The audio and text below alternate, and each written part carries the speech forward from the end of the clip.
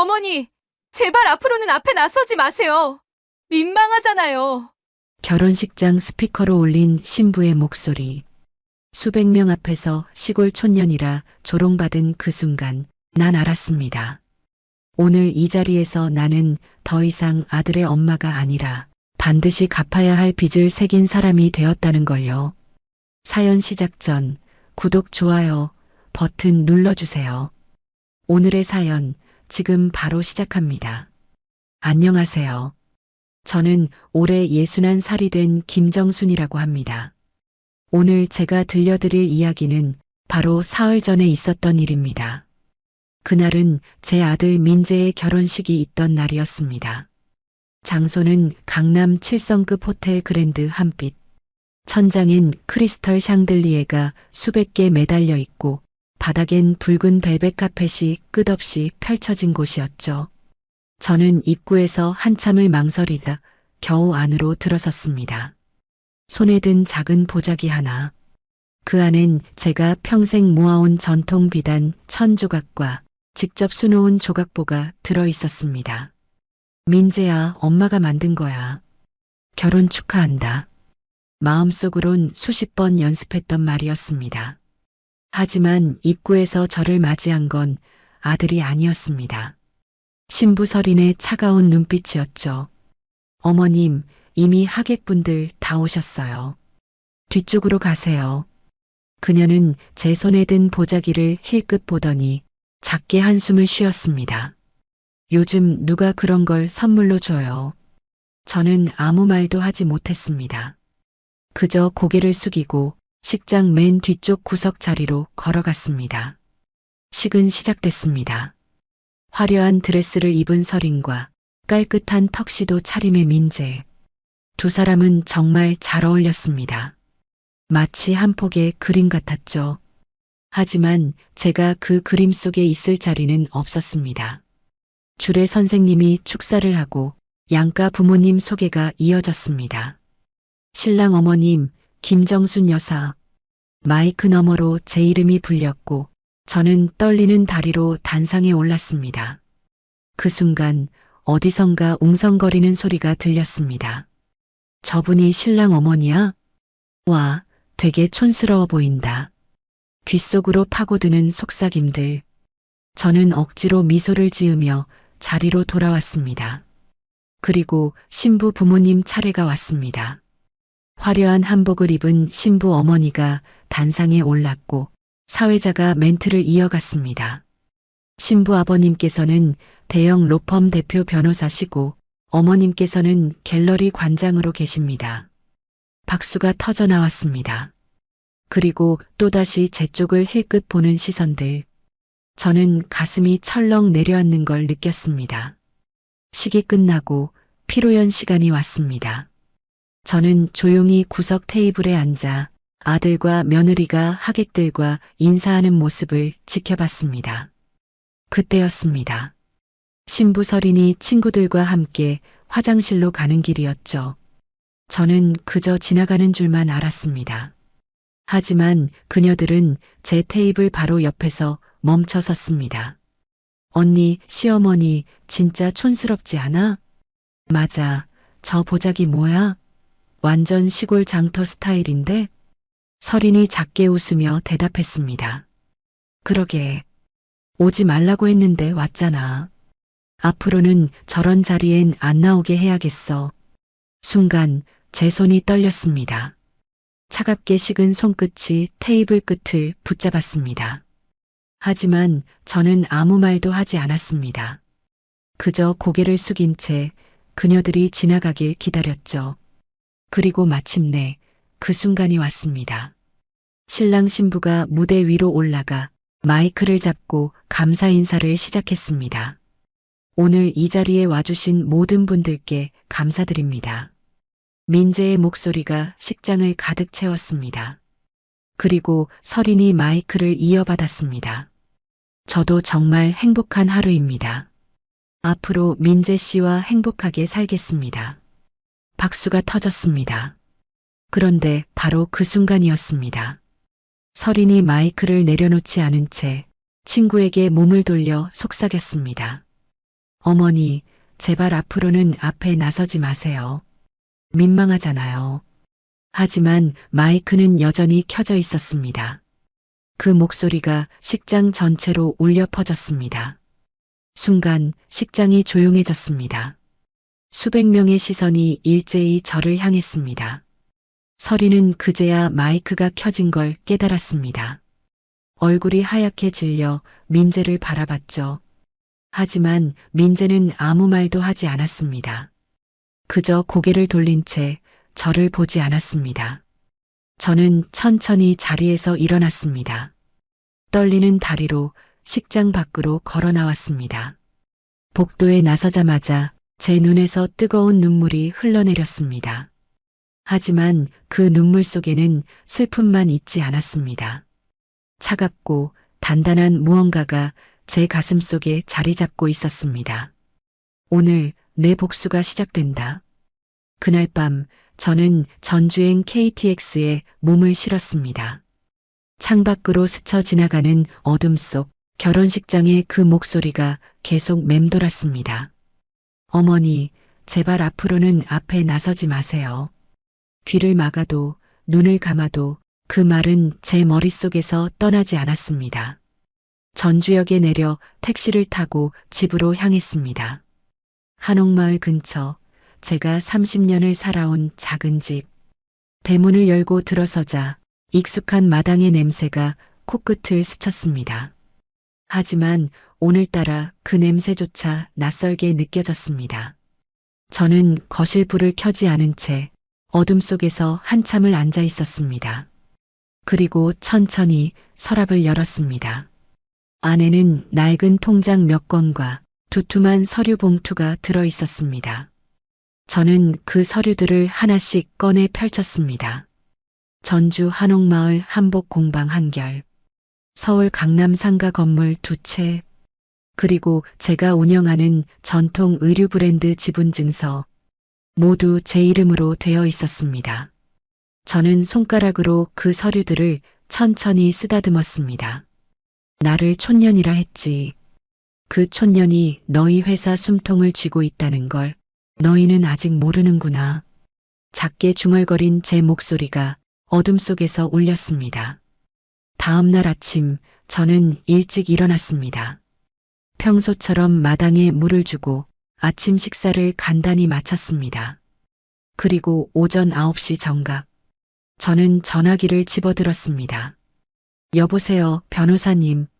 저 김정순입니다. 전화기 너머로 친숙한 목소리가 들려왔습니다. 아, 정순 씨. 어떻게 지내셨어요? 잘 지냈습니다. 그런데 부탁드릴 게 하나 있어서요. 말씀하세요. 저는 잠시 숨을 고르고 천천히 말했습니다. 제 아들 민재가 운영하는 회사요. 실사 좀 해주실 수 있으신가요? 전화기 너머로 잠시 침묵이 흘렀습니다. 실사요? 무슨 일 있으세요? 아니요, 그냥 확인 차원입니다. 회사 재무 상태하고 지분 구조 같은 거요. 알겠습니다. 일주일 정도 시간 주시면 자세한 보고서 드리겠습니다. 감사합니다.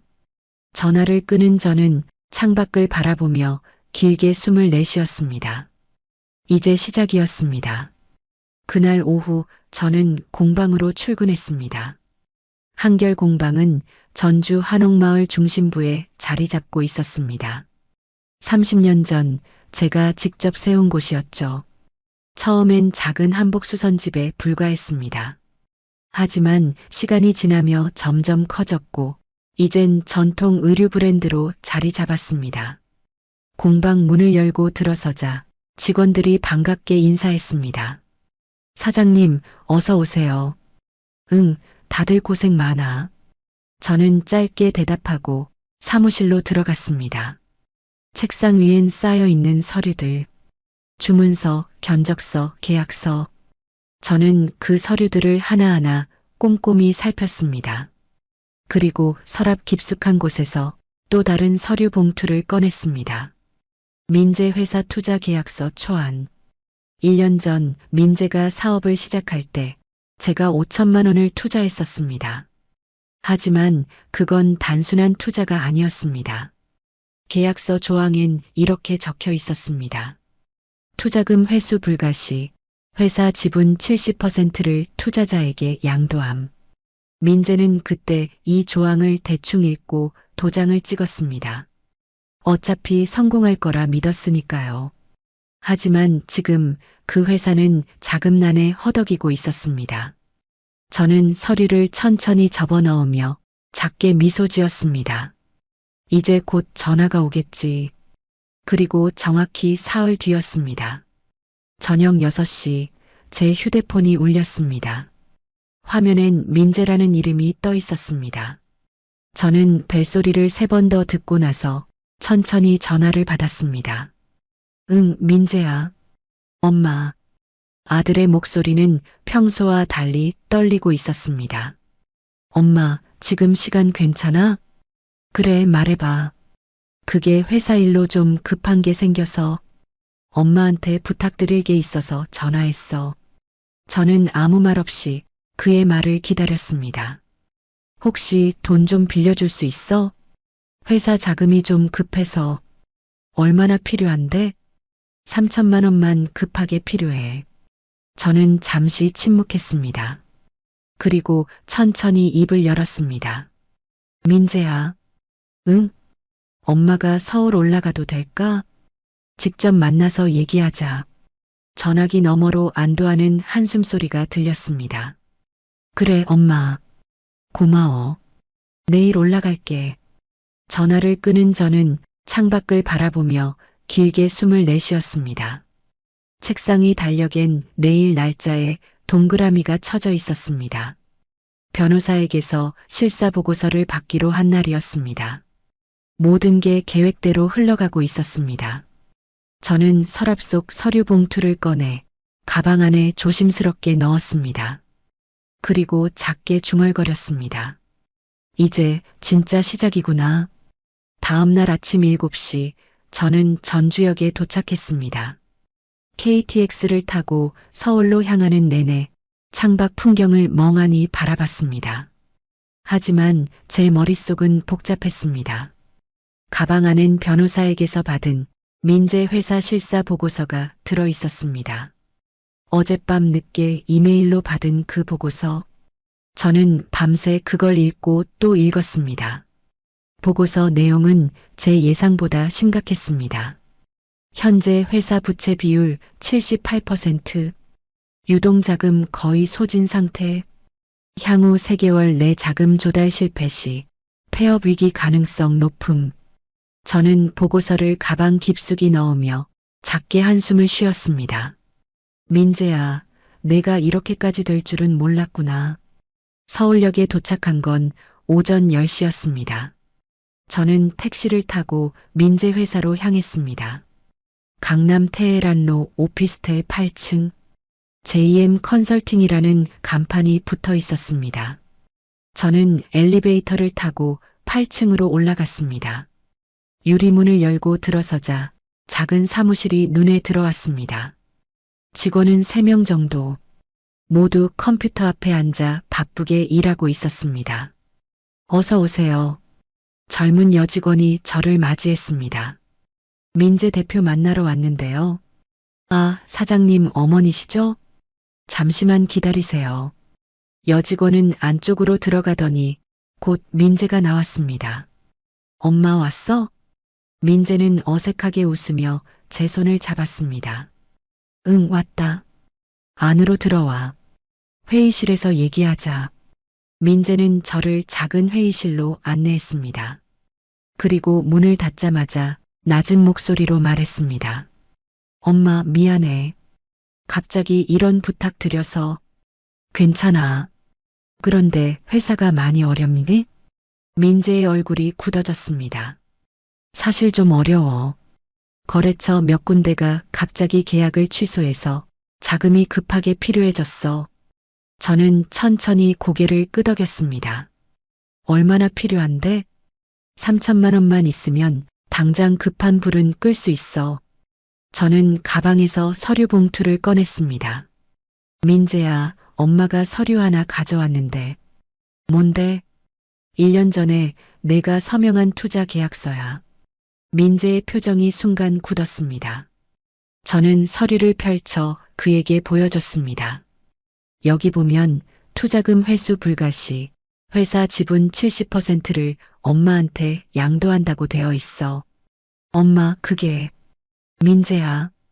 저는 그의 말을 끊고 차분하게 말했습니다. 엄마는 내가 성공하길 바라는 마음으로 돈을 줬어. 하지만 지금 회사 상황을 보니 엄마가 나서야 할 것 같구나. 무슨 말이야? 엄마가 회사 경영에 직접 참여할게. 민재의 얼굴이 하얗게 질렸습니다. 엄마, 그건 좀...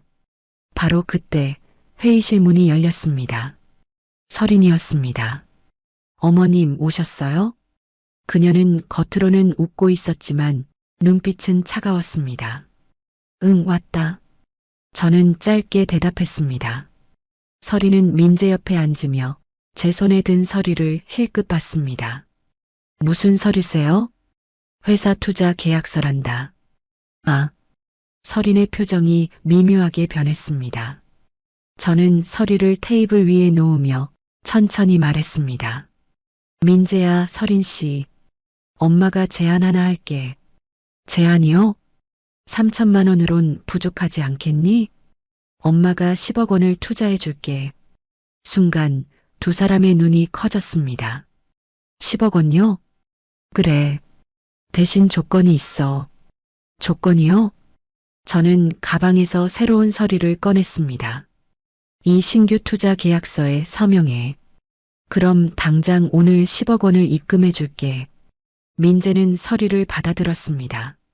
하지만 첫 장을 넘기자마자 그의 손이 멈췄습니다. 엄마, 이건... 응, 그래. 회사 지분 70%를 엄마 앞으로 넘기는 계약이야. 설인이 벌떡 일어났습니다. 어머님, 이건 너무한 거 아니에요? 10억 원 받자고 회사를 넘기라고요? 저는 설인을 차분히 바라봤습니다. 설인 씨, 지금 회사가 어떤 상황인지 알고 계시죠? 그래도 3천만 원으론 당장 이번 달 급여도 못 줘요. 10억 원이 있어야 회사가 살아요. 설인은 말문이 막혔습니다. 저는 다시 민재를 바라봤습니다. 민재야, 엄마를 믿어봐. 엄마가 이 회사 살릴게. 민재는 한참을 고민하더니 천천히 고개를 끄덕였습니다. 알겠어, 엄마. 서명할게. 설인이 민재의 팔을 붙잡았습니다. 오빠, 진짜 이래도 돼? 설인아, 다른 방법이 없어. 지금 당장 돈이 필요하다고. 결국 민재는 서류에 서명했습니다. 저는 그 서류를 받아 가방에 넣으며 작게 미소 지었습니다. 고마워, 민재야. 엄마가 꼭 이 회사 살릴게. 회의실을 나서며 저는 창밖을 바라봤습니다. 강남의 높은 빌딩들이 보였습니다. 그리고 그 빌딩 사이로 제 모습이 희미하게 비쳤습니다.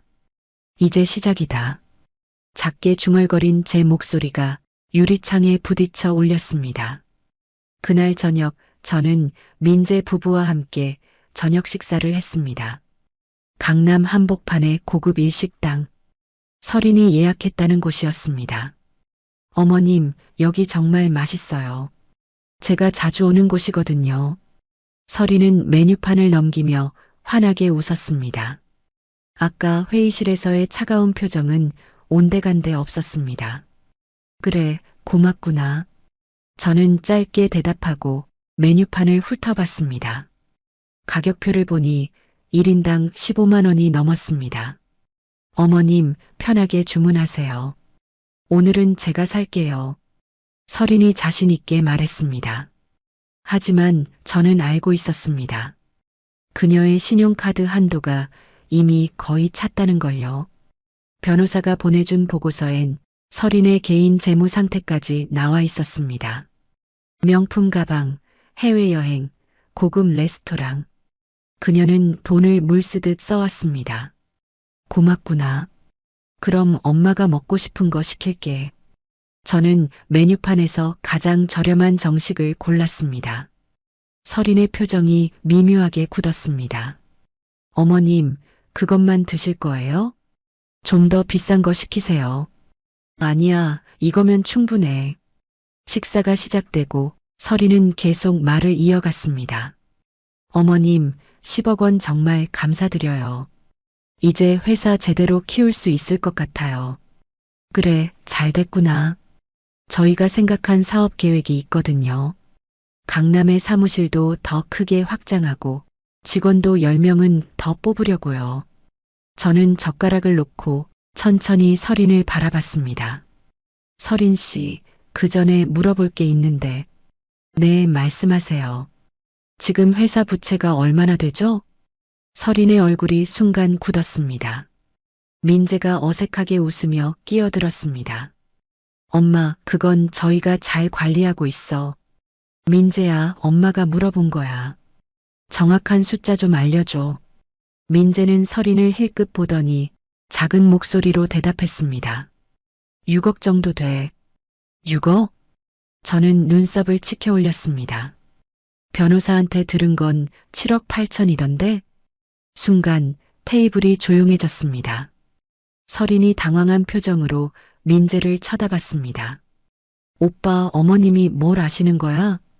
저는 가방에서 서류를 꺼내 테이블 위에 놓았습니다. 서린 씨, 민재야. 엄마가 회사 실사보고서를 받았어. 실사보고서요? 그래. 회사 재무상태, 거래처 현황, 부채 내역. 다 여기 있어. 민재의 얼굴이 하얗게 질렸습니다. 저는 서류를 한 장 한 장 넘기며 말했습니다. 지난 1년 동안 회사 매출은 12억. 하지만 지출은 18억. 6억 적자야. 어머님, 그건. 그리고 이 지출 내역 좀 봐. 접대비 3천만 원, 차량 유지비 2천만 원, 광고비 5천만 원. 저는 서린을 똑바로 바라봤습니다. 서린 씨 명품 가방 구입 내역도 여기 있네요. 회사 법인 카드로 구입했더라고요. 서린의 얼굴이 빨갛게 달아올랐습니다. 어머님, 그건 제가 회사 대표로서 이미지 관리를 위해. 이미지 관리요? 저는 차갑게 웃었습니다. 회사가 부도 직전인데 5천만 원짜리 가방이 필요했어요? 서린은 입을 다물었습니다. 저는 서류를 다시 가방에 넣으며 천천히 말했습니다. 10억 원 줄게. 하지만 조건이 있어. 조건이요? 첫째, 회사 모든 지출은 엄마 승인받아. 둘째, 법인카드는 당장 회수. 셋째, 월급은 두 사람 합쳐 300만 원으로 제한. 300만 원이요? 서린이 벌떡 일어났습니다. 어머님, 그건 너무 심한 거 아니에요? 저희가 대표인데 300만 원으로 어떻게 살아요? 살 수 있어. 저는 담담하게 대답했습니다. 엄마는 30년 동안 월 100만 원으로 살았어. 너희는 2배나 되잖아. 서린은 말문이 막혔습니다. 민재가 조용히 말했습니다. 엄마, 알겠어. 우리가 잘못했어. 민재야. 저는 아들을 바라봤습니다. 엄마는 너희를 벌주려는 게 아니야. 너희가 제대로 된 사업을 하길 바라는 거야. 응, 알았어. 민재는 고개를 숙였습니다. 식사를 마치고 계산을 할 때였습니다. 서린이 카드를 내밀었지만 카드가 거절됐습니다. 죄송합니다. 한도 초과입니다. 직원의 말에 서린의 얼굴이 하얗게 질렸습니다. 저는 조용히 제 카드를 내밀었습니다. 제 걸로 해주세요. 네, 감사합니다. 식당을 나서며 서린은 한마디도 하지 않았습니다. 그저 차가운 표정으로 앞만 보고 걸었습니다. 저는 그런 그녀를 바라보며 작게 한숨을 쉬었습니다. 이제부터가 진짜 시작이구나. 다음 날 저는 민재 회사로 다시 찾아갔습니다. 이번엔 변호사와 회계사를 동행했습니다. 어머님, 무슨 일이세요? 민재가 당황한 표정으로 물었습니다. 오늘부터 회사 정리 들어갈 거야. 정리요? 그래. 불필요한 지출 다 끊고 제대로 된 사업 계획 세울 거야. 저는 직원들을 회의실로 모았습니다.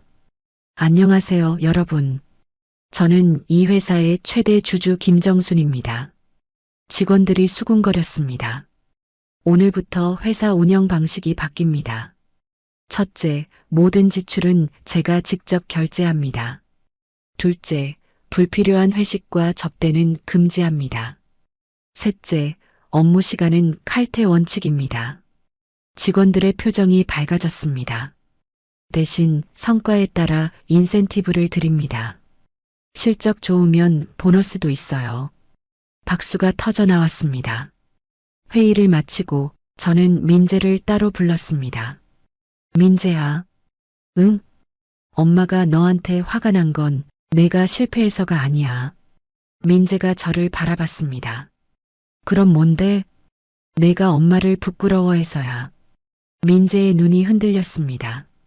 결혼식 날 서린이가 한 말. 넌 아무 말도 안 했잖아. 엄마는 촌년이 맞아. 시골에서 평생 살았고 학교도 제대로 못 다녔어. 하지만 그게 부끄러운 건 아니야.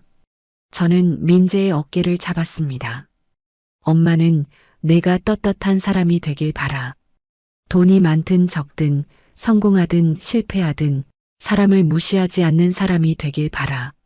민재의 눈에서 눈물이 흘러내렸습니다. 엄마 미안해. 정말 미안해. 괜찮아. 저는 아들을 꼭 안았습니다. 이제부터 다시 시작하자. 제대로 된 사람으로.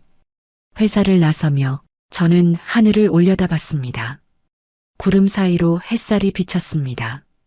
저는 작게 미소 지으며 다음 행선지로 향했습니다. 서린의 직장이었습니다. 서린이 다니는 회사는 청담동에 있는 유명 마케팅 에이전시였습니다. 블루밍 마케팅? 화려한 유리 건물 10층에 자리 잡고 있었습니다. 저는 로비에서 서린에게 전화를 걸었습니다. 서린 씨, 잠깐 나올 수 있어요? 어머님? 지금 회의 중인데요. 급한 일이야. 5분만 시간 내줘. 알겠습니다. 10분 뒤 서린이 로비로 내려왔습니다. 그녀는 짜증 섞인 표정으로 저를 바라봤습니다. 뭔데요, 어머님? 회사까지 찾아오시면 어떡해요? 서린 씨한테 줄 게 있어서. 저는 가방에서 서류 봉투를 꺼냈습니다. 이게 뭔데요? 열어봐. 서린은 의아한 표정으로 봉투를 뜯었습니다. 그리고 서류를 보는 순간 그녀의 얼굴이 하얗게 질렸습니다. 이게 어떻게? 서류엔 서린의 개인 부채 내역이 적혀 있었습니다. 신용카드 빚 3천만 원, 개인 대출 5천만 원, 그리고 지난 1년간 명품 구매 내역까지. 어머님, 어떻게 이런 걸? 변호사한테 의뢰했어. 저는 차분하게 말했습니다. 서린 씨, 지금 당장 빚 갚지 않으면 신용불량자 돼요. 그건 제가 알아서 할 일이에요. 서린이 떨리는 목소리로 대꾸했습니다. 알아서 하기엔 이미 늦었어. 저는 또 다른 서류를 꺼냈습니다. 이건 서린 씨 회사 인사팀에서 받은 건데 지난달 실적이 최하위더라고요. 그리고 법인 카드 사적 사용권으로 감사 들어갈 예정이래요. 서린의 입술이 파르르 떨렸습니다. 어머님, 대체 왜 이러시는 거예요? 널 돕고 싶어서야. 저는 세 번째 서류를 내밀었습니다. 이건 채무정리 계획서야. 엄마가 빚 다 갚아줄게. 정말요? 서린의 눈이 반짝였습니다. 대신 조건이 있어. 조건이요? 첫째, 지금 당장 회사 그만둬. 둘째, 전주로 내려와. 셋째, 엄마 공방에서 일해. 서린의 표정이 굳어졌습니다. 어머님, 저보고 회사 그만두고 시골 가서 일하라고요? 그래. 그건 안 돼요. 저 여기서 6년 일했어요. 이제 막 팀장 승진 앞둔 상황이라고요. 저는 서류를 다시 가방에 넣으며 조용히 말했습니다. 서린 씨, 팀장 승진 물 건너갔어. 네. 아까 말했잖아. 법인 카드 사적 사용권으로 감사 들어간대. 그거 적발되면 징계야. 서린의 얼굴이 창백해졌습니다. 그리고 실적 최하위면 구조조정 1순위야. 어머님, 선택해. 여기 남아서 징계받고 해고당할래? 아니면 전주 가서 새로 시작할래? 서린은 한참을 말없이 서 있었습니다. 그리고 마침내 고개를 끄덕였습니다. 알겠습니다. 전주 갈게요. 잘 생각했어. 저는 그녀의 어깨를 가볍게 두드렸습니다. 걱정 마. 엄마가 제대로 가르쳐 줄 테니까. 일주일 뒤 서린은 전주로 내려왔습니다. 짐은 큰 캐리어 3개. 모두 명품 가방과 옷으로 가득했습니다. 어서 와, 서린 씨. 저는 한결 공방 앞에서 그녀를 맞이했습니다. 서린은 공방을 둘러보며 실망한 표정을 감추지 못했습니다. 여기서 일하는 거예요? 그래. 이제부터 여기가 내 직장이야. 저는 그녀를 작업실로 안내했습니다. 커다란 작업대 위엔 천 조각들이 가득했고 벽엔 전통 한복본이 걸려 있었습니다. 서린 씨, 여기서 한복 만드는 법 배울 거야. 한복요? 그래. 천 고르는 법부터 재단, 바느질까지 다 배워야 해. 서린은 어이없다는 표정을 지었습니다. 어머님, 저 서울에서 마케팅했던 사람이에요. 한복 만들기는 제 분야가 아니라고요. 지금부터 내 분야로 만들어야지. 저는 앞치마를 건네며 말했습니다. 오늘은 천 세탁부터 시작할 거야. 저기 보이는 천 더미 다 손빨래해. 손빨래요? 그래. 전통 천은 세탁기 돌리면 안 돼. 하나하나 손으로 빨아야 해. 서린은 믿을 수 없다는 표정으로 천 더미를 바라봤습니다. 산처럼 쌓인 천 조각들. 이거 다요? 응, 다. 이거 언제 다 빨아요? 오늘 안에. 서린은 한숨을 쉬며 마지못해 앞치마를 두르기 시작했습니다. 저는 그런 그녀를 지켜보며 작게 미소 지었습니다. 이제부터가 진짜야, 서린 씨. 그날부터 서린의 고된 나날이 시작됐습니다. 아침 7시 출근, 저녁 6시 퇴근, 하루 종일 천을 빨고, 다리고, 정리하는 일. 처음엔 손에 물집이 잡혔습니다. 그 다음엔 허리가 아팠습니다. 하지만 저는 그녀에게 단 한 번도 쉬라는 말을 하지 않았습니다. 서린 씨, 천 다림질 다시 해. 주름이 남았어. 어머님, 이 정도면 괜찮지 않아요? 안 돼. 한복은 완벽해야 해. 서린은 억울한 표정으로 다시 다리미를 들었습니다. 한 달이 지났습니다. 서린의 손은 거칠어졌고 얼굴엔 화장기가 사라졌습니다. 예전에 화려했던 모습은 온데간데 없었습니다. 하지만 그녀의 눈빛은 조금씩 달라지고 있었습니다. 어느 날 서린이 조심스럽게 물었습니다. 어머님, 왜 이렇게까지 하시는 거예요? 뭐가?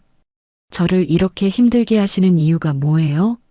저는 작업하던 손을 멈추고 그녀를 바라봤습니다.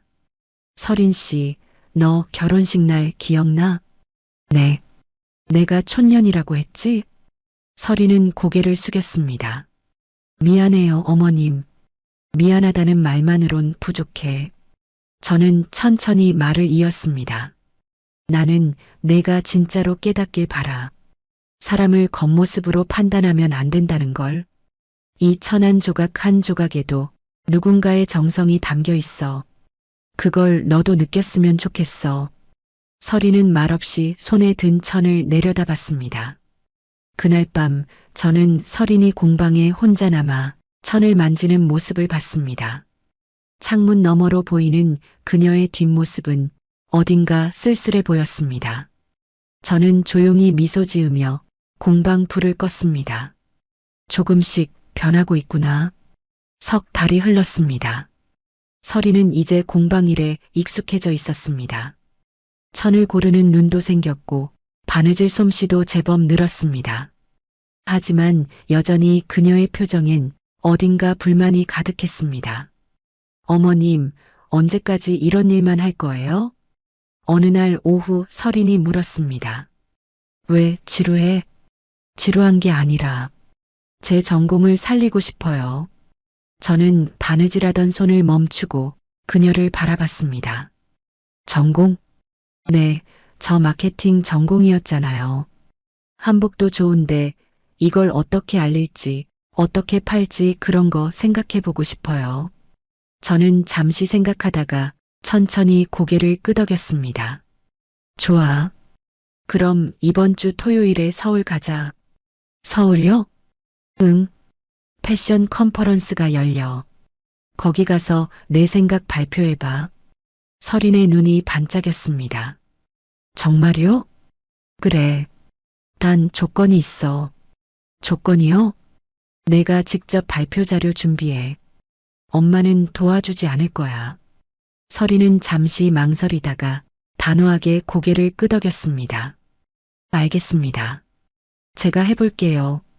그날부터 설이는 밤늦게까지 노트북 앞에 앉아 있었습니다. 저는 몰래 그녀의 작업 과정을 지켜봤습니다. 한결 공방 리브랜딩 전략이라는 제목의 파일. 그 안엔 SNS 마케팅 전략, 협업 제안서, 해외 진출 계획까지 빼곡히 적혀 있었습니다. 저는 작게 미소 지으며 방으로 돌아왔습니다. 이제 진짜 준비가 됐구나. 토요일, 저와 설이는 서울로 향했습니다. 코엑스에서 열리는 한국 패션 비즈니스 컨퍼런스. 국내 주요 패션 브랜드 대표들과 해외 바이어들이 모두 모이는 자리였습니다. 어머님 떨려요. 설인이 컨퍼런스 홀 앞에서 말했습니다. 괜찮아. 내가 준비한 거 그대로 보여주면 돼. 저는 그녀의 손을 꼭 잡아줬습니다. 회장 안으로 들어서자 수백 명의 사람들이 보였습니다. 저는 설인을 발표자 대기석으로 안내하고 심사위원석으로 향했습니다. 어머, 정순 씨? 심사위원석 옆자리에 앉은 사람이 저를 보고 놀란 표정을 지었습니다. 오랜만이에요, 이사장님. 그는 패션문화재단 이사장 박민호였습니다. 30년 전 제가 처음 사업을 시작할 때 많은 도움을 주셨던 분이었습니다. 여기 심사위원으로 나오셨어요? 네, 올해 심사위원 맡았습니다. 그래요? 저도 특별심사위원으로 초청받았어요. 오늘 재미있는 발표들이 많을 것 같네요. 박민호 이사장이 미소 지으며 말했습니다. 저는 고개를 끄덕이고 무대를 바라봤습니다. 발표가 시작됐습니다. 첫 번째, 두 번째 발표자들이 지나갔습니다. 그리고 드디어 설인의 차례가 왔습니다. 다음은 한결 공방의 설인 씨입니다. 사회자의 멘트와 함께 설인이 무대 위로 올라갔습니다. 그녀는 깊게 숨을 들이쉬고 마이크를 잡았습니다. 안녕하세요. 한결 공방 마케팅 디렉터 설인입니다. 순간 객석에서 웅성거림이 들렸습니다. 한결 공방? 그거 전주에 있는 그 공방 아니야? 맞아. 김정순 대표 공방이잖아. 저는 작게 미소 지으며 설인을 지켜봤습니다. 설인은 침착하게 발표를 이어갔습니다.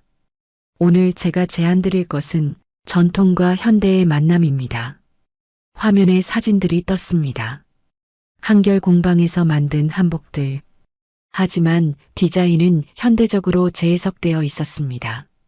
전통 한복의 아름다움은 유지하되 일상에서도 입을 수 있는 디자인으로 변형했습니다. 청중들이 집중하기 시작했습니다. 그리고 SNS를 활용한 스토리텔링 마케팅, 한복 한 벌 한 벌의 제작 과정을 담은 영상을 유튜브와 인스타그램에 공유합니다. 화면엔 공방에서 작업하는 모습이 담긴 짧은 영상이 재생됐습니다. 천을 고르고 재단하고 바느질하는 과정. 그 영상 속엔 설인의 모습도 담겨 있었습니다. 이런 방식으로 해외 시장 진출도 가능합니다. 한국 전통 문화에 관심 있는 외국인들에게 맞춤형 한복 제작 서비스를 제공하는 거죠. 발표가 끝나자 잠시 정적이 흘렀습니다. 그리고 박수가 터져 나왔습니다. 훌륭한 발표였습니다. 박민호 이사장이 마이크를 잡았습니다. 서린 씨, 질문 하나 드려도 될까요? 네, 말씀하세요. 한결공방은 김정순 대표님이 운영하시는데 서린 씨는 어떤 관계이신가요? 순간 객석이 조용해졌습니다. 모두가 서린의 대답을 기다렸습니다. 서린은 잠시 망설이다가 천천히 입을 열었습니다. 저는 김정순 대표님의 며느리입니다. 웅성거림이 커졌습니다. 그리고 석 달 전까지만 해도 저는 김정순 대표님을 무시했던 사람입니다. 객석이 더 조용해졌습니다. 서린의 목소리가 떨렸습니다. 저는 시어머니를 촌스럽다고 생각했고 결혼식 날 앞에 나서지 말라고 했습니다. 저는 가슴이 뭉클해지는 걸 느꼈습니다. 하지만 석 달 동안 공방에서 일하면서 저는 깨달았습니다.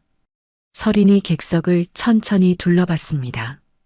진짜 가치는 겉모습이 아니라 그 사람이 만들어 온 것에 있다는 걸요. 박수가 터져 나왔습니다. 저는 눈물을 참으며 박수를 쳤습니다. 발표가 모두 끝나고 심사위원 평가 시간이 왔습니다. 저는 마이크를 잡고 천천히 말했습니다. 여러분, 제가 오늘 특별히 말씀드리고 싶은 게 있습니다. 객석의 시선이 저에게 집중됐습니다. 저는 김정순입니다. 한결공방 대표이자 방금 발표한 서린의 시어머니입니다. 웅성거림이 커졌습니다. 그리고 오늘 이 자리에 제 아들 민재도 와 있습니다. 저는 객석 뒤쪽을 가리켰습니다. 민재가 어색하게 손을 들었습니다. 민재는 지금 JM 컨설팅이라는 회사를 운영하고 있습니다. 하지만 사실 그 회사의 최대 주주는 바로 저입니다. 객석이 술렁였습니다. 석 달 전 민재 부부는 저를 무시했습니다. 시골 촌년이라고 생각했죠. 저는 잠시 숨을 고르고 말을 이었습니다. 하지만 저는 그들을 벌주고 싶지 않았습니다. 다만 가르치고 싶었습니다. 사람을 겉모습으로 판단하면 안 된다는 걸요. 박민호 이사장이 고개를 끄덕였습니다. 그래서 저는 민재 회사에 투자했고 서린을 공방으로 데려왔습니다. 저는 서린을 바라봤습니다. 그리고 오늘 서린은 증명했습니다. 자신이 변할 수 있다는 걸요. 객석에서 박수가 터져 나왔습니다. 발표 결과가 나왔습니다. 서린의 발표가 1등을 차지했습니다. 축하합니다, 서린 씨.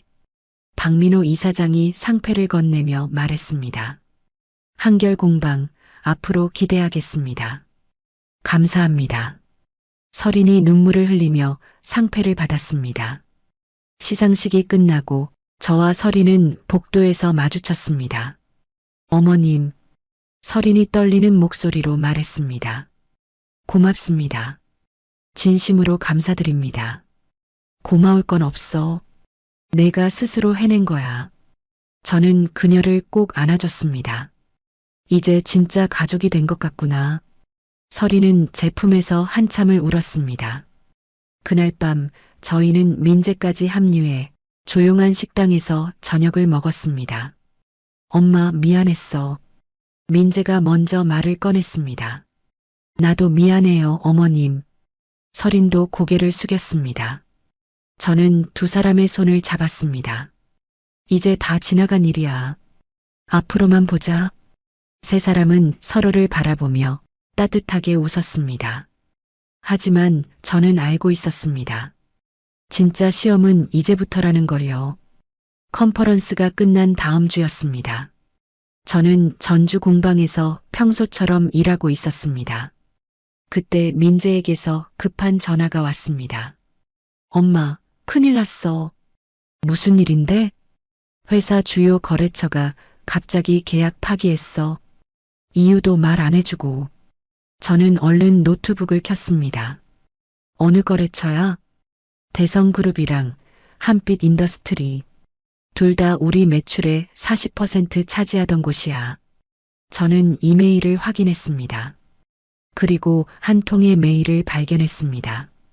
발신자는 설인 전 직장 상사. 메일 제목은 경고였습니다. 김정순 대표님께 설인을 부당하게 대우하고 계시다는 소식 들었습니다. 저희 네트워크를 통해 귀사와 거래하는 업체들의 상황을 알렸습니다. 설인을 원래 직장으로 돌려보내지 않으시면 더 많은 거래처가 떠날 것입니다. 저는 화면을 보며 한숨을 쉬었습니다. 민재야, 걱정 마. 엄마가 해결할게. 엄마, 이거 심각한 거야. 거래처들이 다 떠나면 회사 망해. 알아. 그러니까 엄마한테 맡겨. 전화를 끊고 저는 설인을 불렀습니다. 설인 씨, 잠깐 와봐. 네, 어머님. 설인이 작업실로 들어왔습니다. 저는 노트북 화면을 보여줬습니다. 이거 봐. 설인은 메일을 읽고 얼굴이 하얗게 질렸습니다. 이건 제 전 상사가 보낸 거예요. 알아. 그 사람이 왜 이런 짓을 하는 거지? 설인은 고개를 떨구었습니다. 제가 회사 그만둘 때 그 사람한테 제대로 된 인사를 못했어요. 그냥 갑자기 사표 내고 나왔거든요. 그래서 복수하는 거야? 아마 그런 것 같아요. 저는 잠시 생각에 잠겼습니다.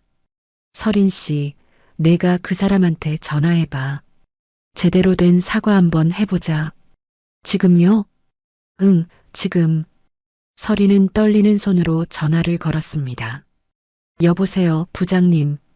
전화기 너머로 차가운 목소리가 들렸습니다. 설인아, 오랜만이네. 어떻게 지내? 부장님, 죄송해요. 제가 그때 제대로 인사도 안 하고 나와서. 인사? 그게 문제가 아니지. 넌 우리 회사를 배신했어. 배신이라니요. 6년을 투자해서 키운 인재를 시골 공방으로 보낸 그 시어머니. 나는 용서 못해. 설인의 눈에서 눈물이 흘러내렸습니다. 저는 설인에게서 전화기를 받았습니다. 여보세요, 저 김정순입니다. 아, 그 유명한 시어머니시군요. 목소리엔 비아냥이 가득했습니다. 부장님, 오해하신 것 같은데요. 오해요? 설인을 강제로 끌고 가서 허드렛일 시킨 거 아니에요? 아니에요. 설인이는 스스로 선택했어요. 누가 믿어요? 저는 깊게 숨을 쉬고 차분하게 말했습니다. 부장님, 지난주 코엑스 컨퍼런스 보셨나요? 무슨 컨퍼런스요? 설인이가 발표한 거 있었는데 1등 했어요. 전화기 너머로 침묵이 흘렀습니다. 설인이는 지금 제 공방에서 마케팅 디렉터로 일하고 있어요. 억지로 시킨 게 아니라 본인이 원해서 하는 거예요. 정말이에요? 네. 만약 믿기지 않으시면 직접 전주로 오세요. 설인이 일하는 모습 보여드릴게요. 한참의 침묵 끝에 부장이 작게 한숨을 쉬었습니다. 알겠습니다. 제가 오해했나 봐요. 감사합니다. 하지만 거래처는 제가 어떻게 할 수 없어요. 이미 소문이 다 퍼졌거든요. 괜찮아요. 그건 제가 알아서 할게요. 전화를 끊고 저는 설인을 바라봤습니다. 설인 씨, 울지 마. 어머님, 쟤 때문에 이렇게 된 거잖아요. 아니야. 이건 누구 잘못도 아니야. 저는 그녀의 어깨를 토닥였습니다. 그리고 이건 기회이기도 해. 기회요? 응. 우리가 얼마나 강한지 보여줄 기회. 저는 노트북을 다시 켰습니다. 그리고 거래처 목록을 쭉 훑어봤습니다. 대성그룹하고 한빛 인더스트리 말고 다른 회사들 리스트 좀 뽑아줘. 네, 알겠습니다. 설인은 눈물을 닦고 다시 노트북 앞에 앉았습니다. 저는 민재에게 전화를 걸었습니다. 민재야, 너 지금 바로 회사로 나올 수 있어? 응, 왜? 직원들 모아놔. 긴급회의 할 거야. 알겠어, 엄마. 그날 저녁 저는 서울로 올라갔습니다. 민재 회사 회의실엔 전 직원이 모여 있었습니다. 모두 불안한 표정이었습니다.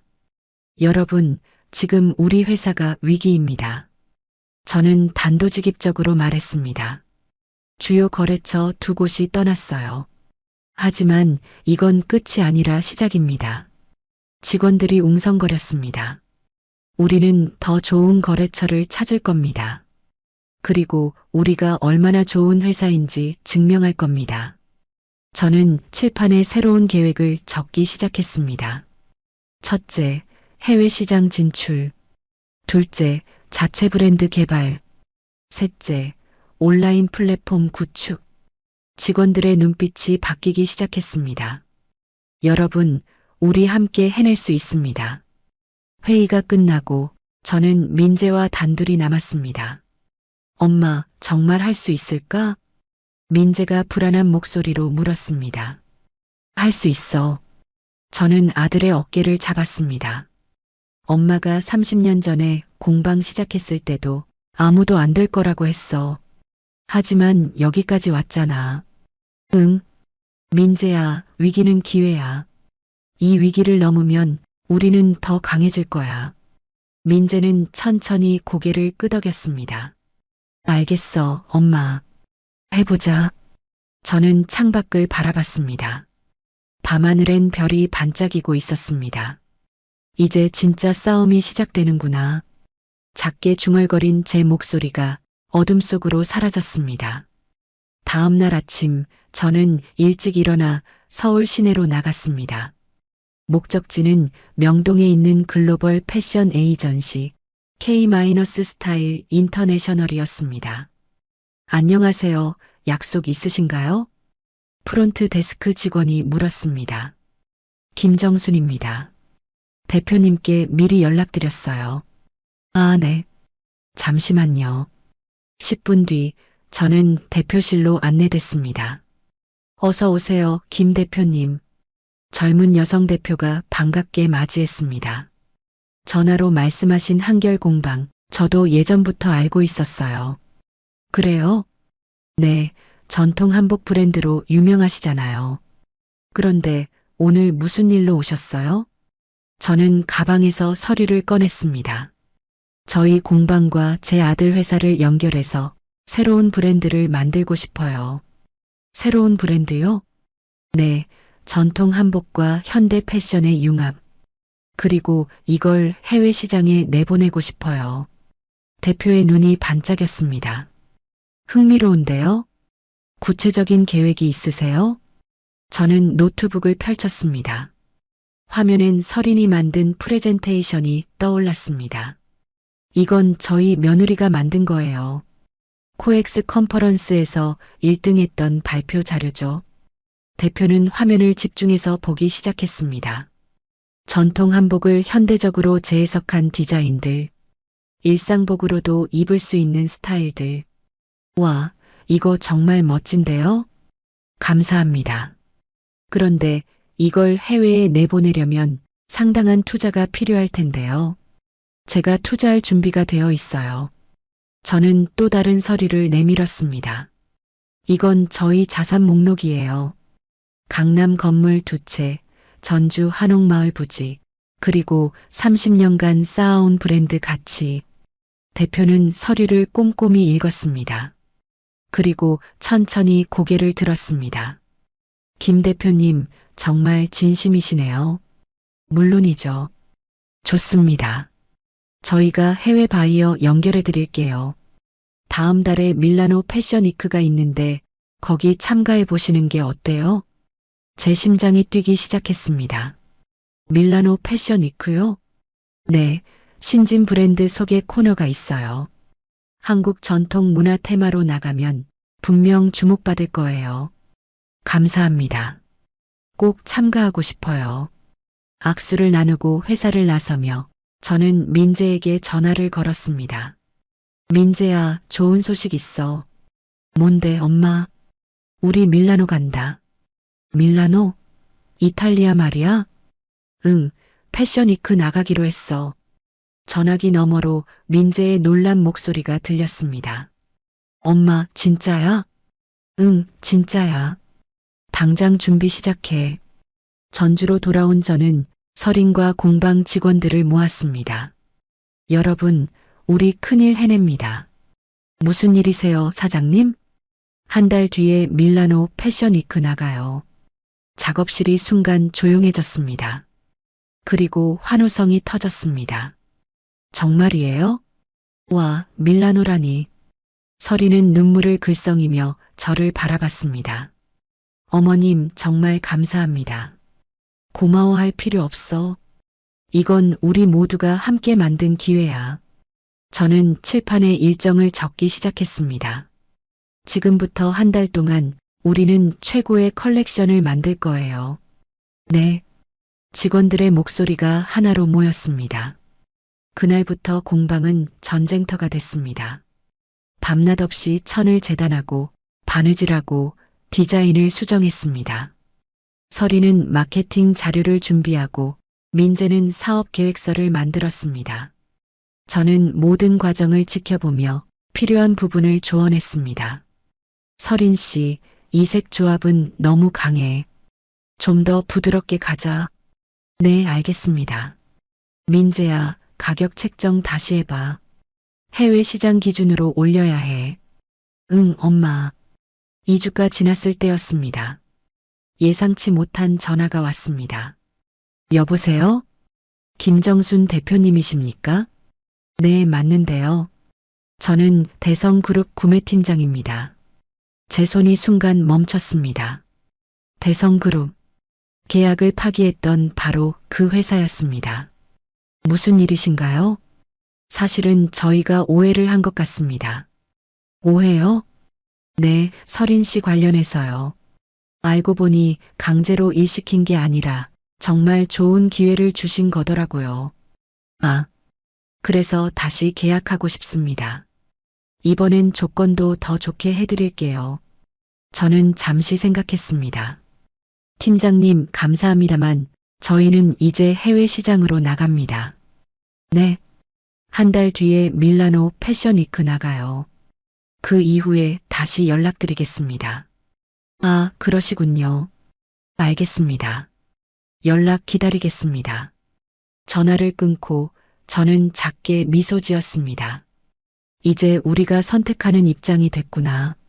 3주가 지났습니다. 컬렉션 준비는 거의 끝나가고 있었습니다.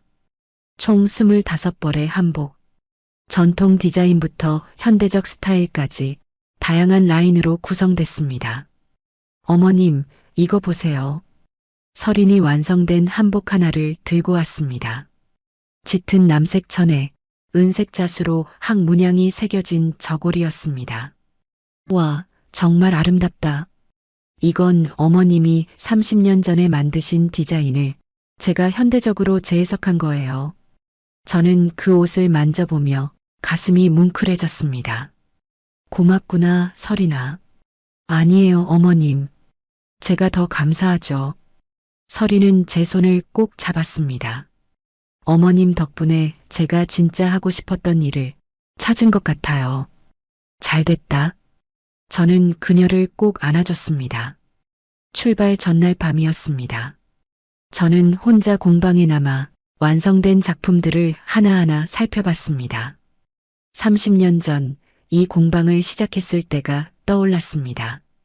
작은 수선집에서 시작해서 여기까지 왔습니다. 여보, 보고 있어요? 우리 여기까지 왔어요. 저는 하늘을 올려다보며 돌아가신 남편에게 말했습니다.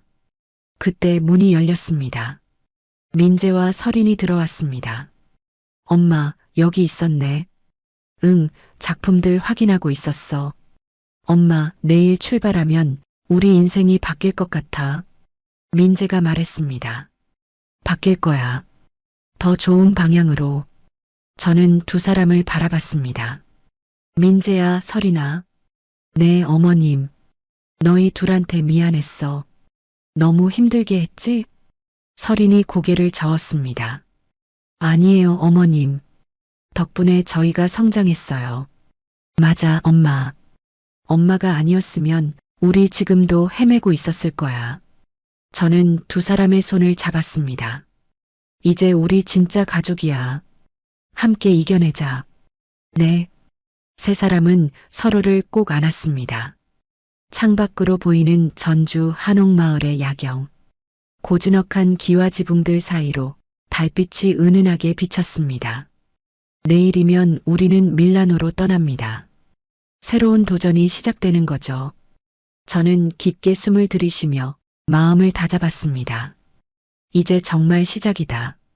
인천공항 출국장. 저희 세 사람은 25벌의 한복이 담긴 큰 트렁크 5개와 함께 서 있었습니다. 엄마, 준비됐어? 민재가 물었습니다. 응, 가자. 12시간의 비행 끝에 저희는 밀라노 말펜사 공항에 도착했습니다. 이탈리아의 공기가 폐를 채웠습니다. 와, 여기가 밀라노구나. 서린이 감탄하며 주위를 둘러봤습니다. 서린 씨, 구경은 나중에 하고 지금은 빨리 호텔로 가자. 네, 어머님. 호텔에 짐을 풀고 저희는 바로 패션위크 행사장으로 향했습니다. 피에라 밀라노 시티. 유럽 최대 규모의 전시장이었습니다. 김정순 대표님이시죠? 행사 담당자가 저희를 맞이했습니다. 네, 맞습니다. 부스는 이쪽입니다. 내일 오전 10시에 발표 시간이에요. 알겠습니다. 저희는 부스로 안내됐습니다. 작은 공간이었지만 충분히 저희 작품을 보여줄 수 있었습니다. 자, 이제 세팅 시작하자. 저희는 밤새 부스를 꾸몄습니다. 한복을 하나하나 걸고 조명을 조절하고 소개 자료를 배치했습니다. 새벽 4시가 되어서야 모든 준비가 끝났습니다. 다들 수고했어. 이제 좀 쉬자. 하지만 긴장감 때문에 아무도 잠을 제대로 못 잤습니다. 다음 날 아침 9시, 저희는 다시 전시장으로 향했습니다. 이미 수많은 사람들이 모여 있었습니다. 세계 각국에서 온 디자이너들과 바이어들. 어머님, 떨려요. 서린이 작은 목소리로 말했습니다. 괜찮아. 우리 잘할 수 있어. 10시 정각. 저희 부스 발표가 시작됐습니다. 서린이 무대 위로 올라갔습니다. 안녕하세요. 한국에서 온 한결 공방입니다. 유창한 영어로 발표를 시작했습니다. 오늘 저희가 소개할 것은 500년 역사를 가진 한국 전통 한복입니다. 화면에 한복의 역사가 나왔습니다. 하지만 저희는 단순히 전통을 보존하는 게 아니라 현대인의 삶에 녹여내고자 합니다. 모델들이 무대 위로 나왔습니다. 전통 한복부터 현대적 스타일까지 다양한 디자인들이 펼쳐졌습니다. 관객들이 집중하기 시작했습니다. 이 옷들은 모두 수작업으로 만들어졌습니다. 한 땀 한 땀 정성을 담아서요. 화면엔 저희가 작업하는 모습이 담긴 다큐멘터리 영상이 재생됐습니다. 천을 고르고 재단하고 바느질하는 과정. 그 영상 속엔 저의 모습도 담겨 있었습니다. 이 옷들을 만든 사람은 30년간 한복만을 만들어 온 제 시어머니 김정순 대표입니다. 카메라가 저를 비췄습니다. 저는 천천히 고개를 숙여 인사했습니다. 박수가 터져 나왔습니다. 발표가 끝나고 바이어들이 저희 부스로 몰려왔습니다. 이 디자인 정말 독특하네요. 한국에서 직접 배송 가능한가요? 대량 주문 할인은 어떻게 되나요? 질문이 쏟아졌습니다. 저와 민재, 서린은 바쁘게 응대했습니다. 명함을 주고받고 연락처를 교환했습니다. 오후 5시쯤 됐을 때였습니다. 한 남성이 저희 부스로 다가왔습니다. 고급 정장을 입은 60대 정도의 신사였습니다. 안녕하세요. 저는 마르코 로시입니다. 아, 안녕하세요. 저는 이탈리아 최대 백화점 체인 라 리나센테의 구매 이사입니다. 저희 세 사람의 눈이 커졌습니다. 라 리나센테. 유럽에서 가장 유명한 백화점 중 하나였습니다. 오늘 발표 정말 인상 깊었습니다. 특히 전통과 현대의 조화가 탁월하더군요. 감사합니다. 저희 백화점에 입점하실 의향 있으신가요? 순간 시간이 멈춘 것 같았습니다. 물론입니다. 민재가 먼저 대답했습니다. 좋습니다. 그럼 계약 조건 논의하시죠. 저희는 마르코 이사와 함께 전시장 내 미팅룸으로 이동했습니다. 1시간 동안의 협상 끝에 계약서에 서명했습니다. 라 리나센테 밀라노 본점을 시작으로 로마, 피렌체 지점까지 총 3곳에 입점하기로 했습니다. 축하합니다, 김 대표님. 감사합니다. 악수를 나누고 미팅룸을 나서는 순간 저는 다리에 힘이 풀렸습니다. 엄마, 괜찮아? 민재가 저를 부축했습니다. 응, 괜찮아. 그냥 너무 떨려서. 저희는 호텔로 돌아왔습니다. 방문을 닫자마자 설인이 소리를 질렀습니다. 어머님, 우리 해냈어요. 그러게, 정말 믿기지 않아. 민재도 환하게 웃었습니다. 저는 창밖을 바라봤습니다. 밀라노의 야경이 눈부시게 빛나고 있었습니다. 여보, 봤죠? 우리 여기까지 왔어요. 저는 하늘을 향해 작게 속삭였습니다. 그날 밤 저희는 호텔 근처 작은 레스토랑에서 조촐하게 축하 파티를 했습니다. 건배. 3사람의 잔이 부딪혔습니다. 엄마, 정말 고마워. 민재가 진심을 담아 말했습니다. 엄마가 없었으면 우리 절대 여기까지 못 왔을 거야. 나도 고마워, 민재야. 너희가 포기하지 않고 따라와줘서. 설인이 눈물을 글썽이며 말했습니다. 어머님, 처음에 저 정말 원망했어요. 알아. 전주 공방에서 천빨래하면서 수도 없이 울었어요. 그랬구나. 하지만 지금은 알아요. 그때 그 시간이 있었기에 지금의 제가 있다는 걸요. 설이는 제 손을 꼭 잡았습니다. 어머님, 사랑해요. 저는 그녀를 꼭 안아줬습니다. 나도 사랑한다, 우리 며느리. 이틀 뒤 저희는 한국으로 돌아왔습니다. 인천공항 도착 로비엔 공방 직원들이 모두 나와 있었습니다. 사장님, 축하드려요. 환호성이 터졌습니다. 저는 직원들을 하나하나 안아주며 감사의 말을 전했습니다. 모두 고마워. 여러분 덕분에 가능했어요. 전주로 돌아온 저는 공방 작업실에 혼자 앉아 있었습니다. 벽에 걸린 30년 전 사진. 작은 수선집 앞에서 찍은 사진이었습니다. 그때의 저는 이렇게 될 줄 몰랐습니다.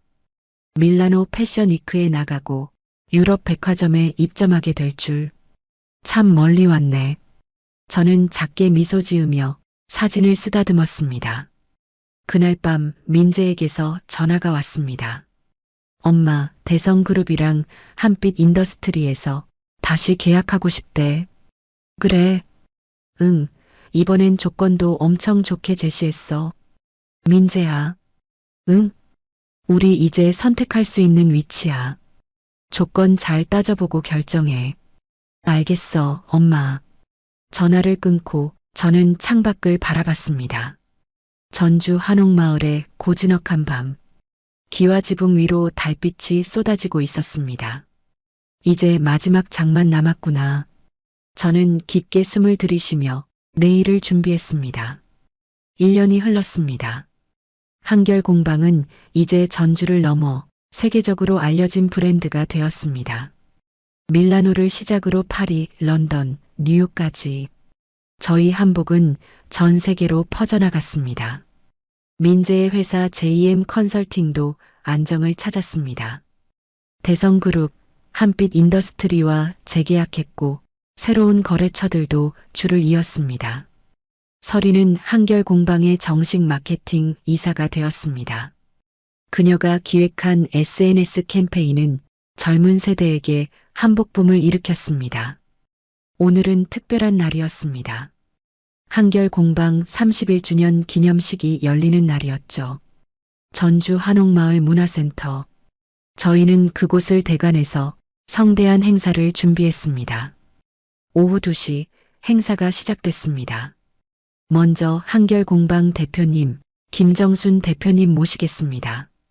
사회자의 멘트와 함께 저는 무대 위로 올라갔습니다. 객석엔 수많은 사람들이 앉아 있었습니다. 공방 직원들, 거래처 사람들, 그리고 지난 1년을 함께한 가족들. 안녕하세요, 김정순입니다. 저는 마이크를 잡고 천천히 말을 시작했습니다. 31년 전 저는 전주 한옥마을 작은 골목에 수선집 하나를 열었습니다. 화면에 옛날 사진들이 떴습니다.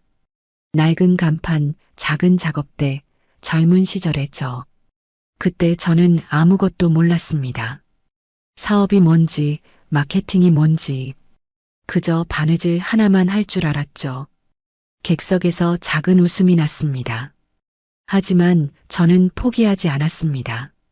한 땀 한 땀 정성을 다해 옷을 만들었고 손님 한 분 한 분을 소중히 대했습니다. 저는 잠시 숨을 고르고 말을 이었습니다. 그렇게 30년이 흘렀습니다. 작은 수선집은 브랜드가 되었고 이제 세계로 나아가고 있습니다. 박수가 터졌습니다. 하지만 제가 정말 자랑스러운 건 사업의 성공이 아닙니다. 객석이 조용해졌습니다. 바로 제 옆에 있는 이 두 사람입니다. 저는 무대 아래를 가리켰습니다. 민재와 설인이 앉아 있었습니다. 제 아들 민재, 그리고 며느리 설인.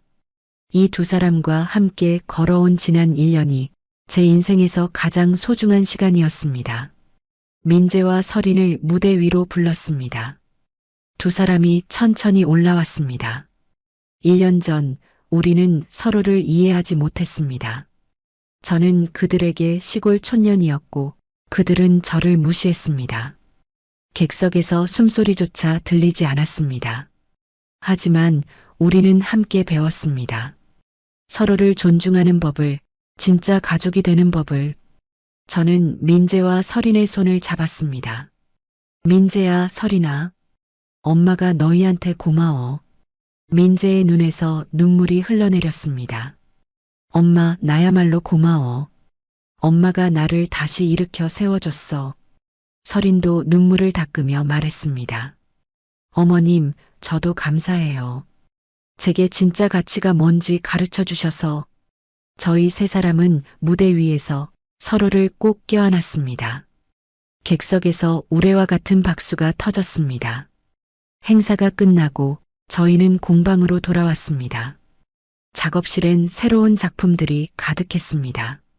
설인이 디자인하고 직원들이 만든 신제품들이었죠. 어머님, 이거 보세요. 설인이 한 벌의 한복을 들고 왔습니다. 옅은 분홍색 천에 하얀 자수로 목련 문양이 새겨진 저고리였습니다. 이건 뭐야? 어머님 드리려고 만든 거예요. 어머님께서 예전에 좋아하신다고 하신 목련 문양으로요. 제 가슴이 뭉클해졌습니다. 고맙구나, 설인아. 아니에요. 제가 더 감사하죠. 설인이 제 손을 잡았습니다. 어머님, 이제 저 진짜 딸처럼 불러도 될까요? 저는 그녀를 꼭 안아줬습니다.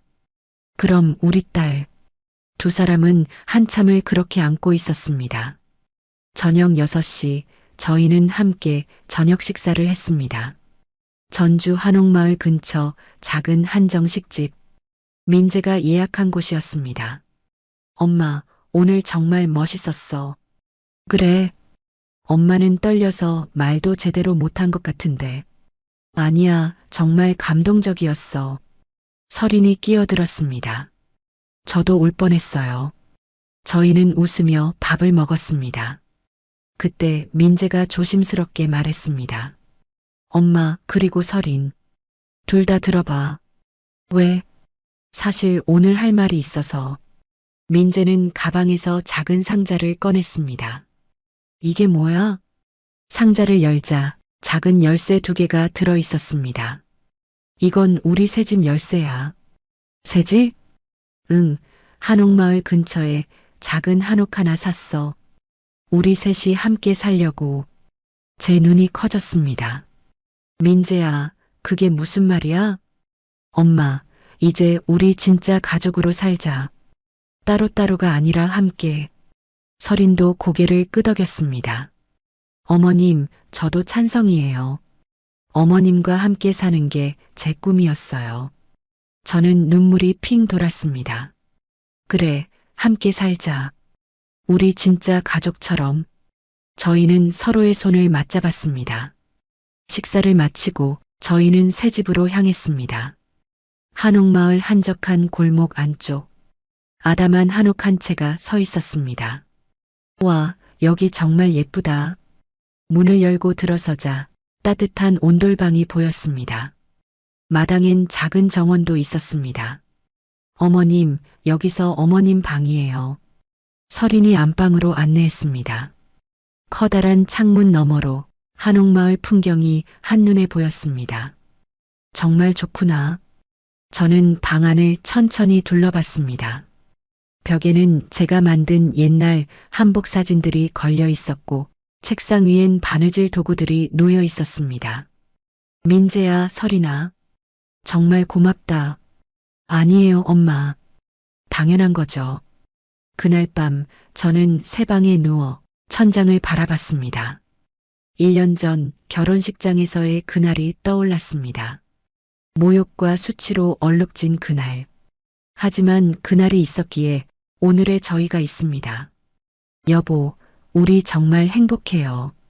저는 하늘을 향해 속삭였습니다. 아들도 잘 크고 며느리도 얻었어요. 이제 진짜 가족이 됐어요. 창밖으로 달빛이 쏟아졌습니다. 저는 눈을 감으며 작게 미소 지었습니다. 복수는 끝났습니다. 이제 남은 건 사랑과 용서, 그리고 새로운 시작뿐이었습니다. 한결 공방은 계속 성장할 것이고 저희 가족도 함께 걸어갈 것입니다. 31년 전 작은 수선집에서 시작한 제 인생. 이제 새로운 장이 열리고 있습니다. 그리고 그 장에는 제 사랑하는 가족들이 함께합니다. 저는 깊게 잠에 빠져들었습니다. 내일은 또 다른 하루가 기다리고 있을 것입니다. 하지만 이제 저는 혼자가 아닙니다. 함께 걸어갈 가족이 있으니까요. 결혼식장에서 시작된 모욕은 1년 만에 진짜 가족의 사랑으로 바뀌었습니다. 김정수는 복수가 아닌 가르침으로 가족을 변화시켰습니다.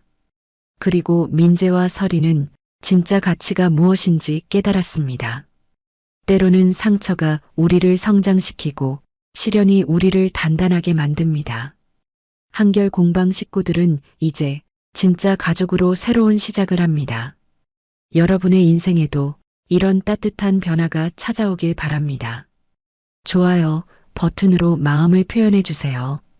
그리고 구독과 알림 설정까지 해주시면 앞으로도 더 감동적이고 재미있는 이야기로 찾아뵙겠습니다. 감사합니다.